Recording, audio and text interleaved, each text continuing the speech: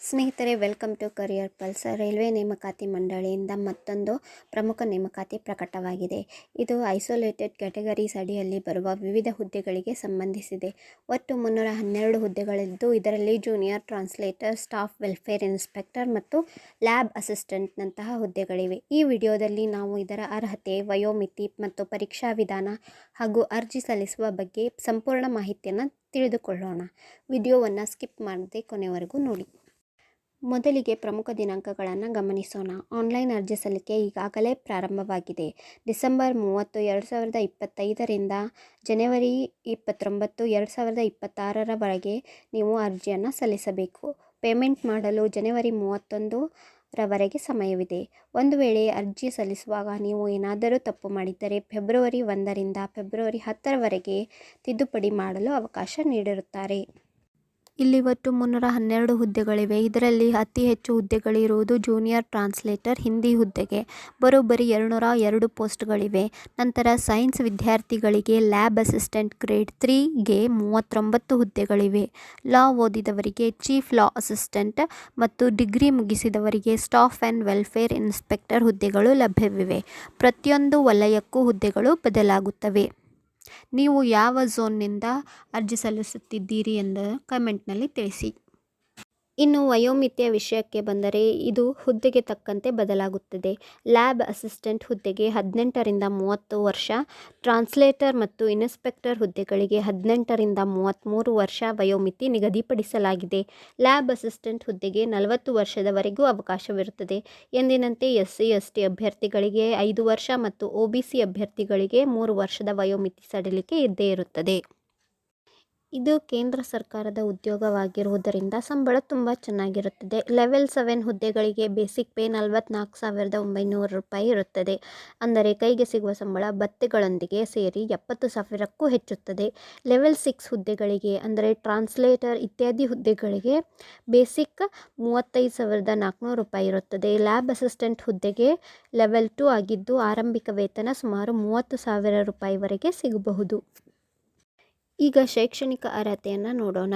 PUC science ಮಾಡಿದವರಿಗೆ ಇದೊಂದು ಸುವರ್ಣಾವಕಾಶ. Lab assistant grade 3 ಹುದ್ದೆಗೆ ನೀವು 12ನೇ ತರಗತಿಯಲ್ಲಿ ಫಿಸಿಕ್ಸ್ ಮತ್ತು ಕೆಮಿಸ್ಟ್ರಿ ವಿಷಯಗಳೊಂದಿಗೆ ತೇರ್ಗಡೆಯಾಗಿದ್ದರೆ ಸಾಕು. ನೀವು ಈ ಹುದ್ದೆಗೆ ಅರ್ಜಿ ಸಲ್ಲಿಸಬಹುದು. ಇನ್ನು ಅತಿ ಹೆಚ್ಚು ಹುದ್ದೆಗಳಿರುವ ಜೂನಿಯರ್ ಟ್ರಾನ್ಸ್ಲೇಟರ್ ಪೋಸ್ಟ್ಗೆ ನೀವು ಹಿಂದಿ ಅಥವಾ ಇಂಗ್ಲಿಷ್ನಲ್ಲಿ ಮಾಸ್ಟರ್ ಡಿಗ್ರಿ ಅಂದರೆ MA ಮಾಡಿರಬೇಕು. ಜೊತೆಗೆ ಹಿಂದಿಯಿಂದ ಇಂಗ್ಲಿಷ್ಗೆ ಭಾಷಾಂತರ ಮಾಡುವ ಡಿಪ್ಲೊಮಾ ಅಥವಾ ಸರ್ಟಿಫಿಕೇಟ್ ಕೋರ್ಸ್ ಮಾಡಿರಬೇಕು ಅಥವಾ 2 ವರ್ಷದ ಅನುಭವವಿರಬೇಕು. ಸ್ಟಾಫ್ ವೆಲ್ಫೇರ್ ಇನ್ಸ್ಪೆಕ್ಟರ್ ಹುದ್ದೆಗೆ ಯಾವುದೇ ಡಿಗ್ರಿ ಜೊತೆಗೆ ಲೇಬರ್ ಲಾ ಅಥವಾ HR ಡಿಪ್ಲೊಮಾ ಅಥವಾ MBA ಆಗಿರಬೇಕು. ಚೀಫ್ ಲಾ ಅಸಿಸ್ಟೆಂಟ್ಗೆ LLB ಜೊತೆಗೆ 3 ವರ್ಷ ವಕೀಲರಾಗಿ ಪ್ರಾಕ್ಟೀಸ್ ಮಾಡಿದ ಅನುಭವವಿರಬೇಕು. ಪಬ್ಲಿಕ್ ಇನ್ಸ್ಪೆಕ್ಟರ್ಗೆ ಜರ್ನಲಿಸಮ್ ಅಥವಾ ಮಾಸ್ ಕಮ್ಯುನಿಕೇಷನ್ನಲ್ಲಿ ಡಿಪ್ಲೊಮಾ ಇರಬೇಕಾಗುತ್ತದೆ. ಆಯ್ಕೆ ಪ್ರಕ್ರಿಯೆಯು ಒಂದೇ ಹಂತದ CBT ಪರೀಕ್ಷೆಯನ್ನು ಹೊಂದಿರುತ್ತದೆ. ಟ್ರಾನ್ಸ್ಲೇಟರ್ ಹುದ್ದೆಗೆ ಮಾತ್ರ CBT ನಂತರ ಪ್ರತ್ಯೇಕವಾಗಿ ಟ್ರಾನ್ಸ್ಲೇಷನ್ ಟೆಸ್ಟ್ ಇರುತ್ತದೆ. ಅದಾದ ಮೇಲೆ ನಂತರ ನೇರವಾಗಿ ಡಾಕ್ಯುಮೆಂಟ್ ವೆರಿಫಿಕೇಷನ್ ಮತ್ತು ಮೆಡಿಕಲ್ ಟೆಸ್ಟ್ ಇರುತ್ತದೆ. ಯಾವುದೇ ಇಂಟರ್ವ್ಯೂ ಇರುವುದಿಲ್ಲ. ಪರೀಕ್ಷೆಯು 100 ಅಂಕಗಳಿಗೆ ಇರುತ್ತದೆ. 90 ನಿಮಿಷಗಳ ಕಾಲಾವಕಾಶ ಇರುತ್ತದೆ. ಇದರಲ್ಲಿ ಮುಖ್ಯವಾಗಿ 50 ಅಂಕಗಳು ನಿಮ್ಮ ಪ್ರೊಫೆಷನಲ್ ಅಬಿಲಿಟಿ ಅಂದರೆ ನೀವು ಆಯ್ಕೆ ಮಾಡಿಕೊಂಡ ಹುದ್ದೆಗೆ ಸಂಬಂಧಿಸಿದ ವಿಷಯದ ಮೇಲೆ ಇರುತ್ತದೆ. ಉದಾಹರಣೆಗೆ ಲ್ಯಾಬ್ ಅಸಿಸ್ಟೆಂಟ್ಗೆ ಸೈನ್ಸ್, ಲಾ ಅಸಿಸ್ಟೆಂಟ್ಗೆ ಕಾನೂನು. ಉಳಿದ 50 ಅಂಕಗಳಿಗೆ GK, ರೀಸನಿಂಗ್, ಮ್ಯಾಥ್ಸ್ ಮತ್ತು ಸೈನ್ಸ್ ಇರುತ್ತದೆ. ನೆನಪಿರಲಿ, 1/3 ಅಂದರೆ 0.33 ನೆಗೆಟಿವ್ ಮಾರ್ಕಿಂಗ್ ಕೂಡ ಇರುತ್ತದೆ. ಇನ್ನು ಅರ್ಜಿ ಶುಲ್ಕದ ವಿವರಗಳನ್ನು ನೋಡೋಣ. ಸಾಮಾನ್ಯ ಮತ್ತು OBC ಅಭ್ಯರ್ಥಿಗಳಿಗೆ 500 ರೂಪಾಯಿ ಶುಲ್ಕವಿತ್ತು.